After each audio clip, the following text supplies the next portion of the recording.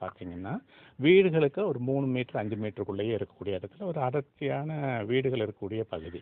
இந்த பகுதியில எடுத்தீங்கன்னா, நான் சொன்ன இந்த 4 லே அவுட்டையும் எடுத்து பார்த்தீங்கன்னாக்கா, ஒரு 200 வீடுகளுக்கு பக்கமா இருக்கும்.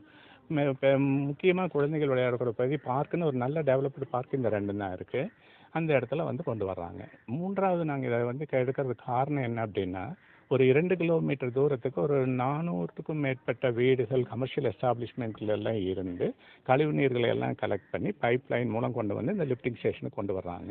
இங்கிருந்து பம்ப் பண்ணி திரும்பவும் வந்து ஒரு கான்டூர் லைன்ல வந்து நம்ம இது இருக்கு இல்லைங்களா, புதிய ரெஸ்டாரண்ட்ல இருந்து குமாரசாமி குளத்துக்கு போற வரைக்கும் போகக்கூடிய ஒரு லைன்ல கொண்டு லிங்க் பண்றாங்க.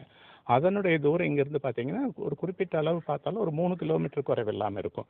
அப்ப ஒரு 400 வீடுகள்ல இருந்து இந்த கிராவிடேஷனல் ஃபோர்ஸ்ல பள்ளத்தை நோக்கி கொண்டு வர்றதுல கொண்டு வந்துட்டு, திரும்ப மேட்டை நோக்கி திரும்பவும் கொண்டு போற தூரம் அதிகமா இருக்கிறப்ப, இதுல நிறைய இடையூறுகள் வர்றதுக்கான வாய்ப்புகள் அதிகம்.